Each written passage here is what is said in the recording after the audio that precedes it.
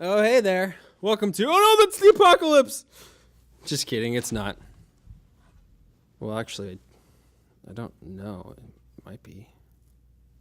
We'll just pretend it's not. Right.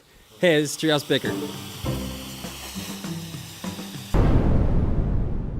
On this episode, we're going to give a shout out to the upcoming film. Yep, you guessed it, X-Men Apocalypse. The latest installment in the franchise that Kevin Feige just can't quite get his hands on.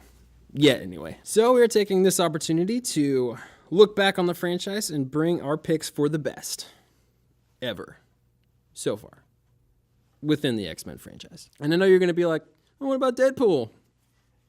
But that's not an X-Men movie. Just move on. Taking into account each movie from X-Men to Days of Future Past, we will use the next 3 minutes to share with you our defense for our pick, and possibly bring a few followers along with us. We'll just have to see when we each finalize our pick after the time runs out. Remember, what you're seeing during these next few minutes is live, on display for you to see just as it happened right here on set. So, enjoy.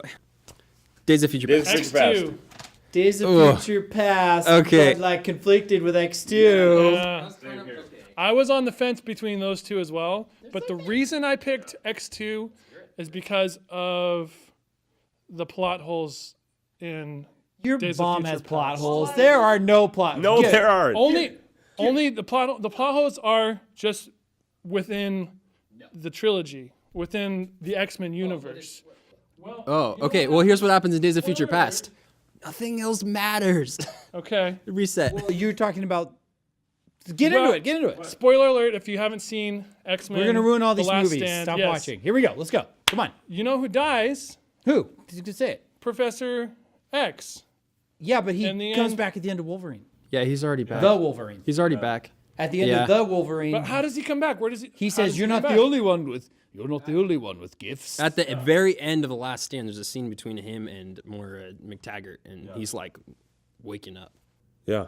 I missed that part. I missed that part as well. But at the end of the Wolverine, you see him come back and he's talking to Logan and he's like, "I'm alive, and Magneto and I are friends again." One of my biggest problems with any movie from the original trilogy is that a lot of things that happen in them hinge on this relationship between Yes! Logan. Yes! Yes. And Yes! it's like, Yeah, I didn't buy it. I never bought the Logan, Jean Grey. No. thing. I was like, he I has never was like, love oh, at first they're- sight with they're her, in but he love. doesn't. He He's hits just on like her a picking her up. couple Yeah, he times. hits on Yeah. her. yeah. Yeah, that's it just like- all hinges, and that's I love the Wolverine, but Yeah. again, it's really built on this like huge. There's a huge emotional shift that has to take place, and you have to accept that they were like Romeo and Juliet. Like they Yeah, were and in there's love. no change in his character. That's what I was looking for, was some kind of change in his character, where he's not just like the cool guy picking up a chick, you know? And Yeah, he's just, and X2 was the movie to have that in, and it never delivered. It didn't deliver that. That's true. Yeah. But X2 had one of the best villains of all the X-Men movies, I thought. I just got to say though, but Days of Future Past, I love that you can't really pinpoint like a mustache twirling evil. Even Trask is not that bad, but like Magneto's an antagonist, like sometimes, but sometimes not, and Mystique, like sometimes not. and coolest scene in an X-Men movie with Quicksilver. In the, Yes. like, That's true. One of my favorite. That's One of my true. favorite scenes. Yeah. I gotta say that. Do you have a problem with Days of Future Past? No, like I said, I was on the fence between X2 and Yeah. X-Men Days of Future Past. X-Men Days of Future Past is my favorite of all of the X-Men movies. It's so good. It's just beautiful. Like how it is a feat of orchestration. All right, time's up. Now everyone's going to get a chance to go around and give their final pick for what they think the best X-Men movie is. We'll go around. We'll start with Chris. Days of Future Past. Future Past. Yeah, we'll go around. So that means that Andrew's going to go. You said we're starting with Chris. Going around could end up with go to Exactly. you next. After Chris, we're going to have Andrew. Andrew. I don't have a closing statement. I just love Days of Future Past.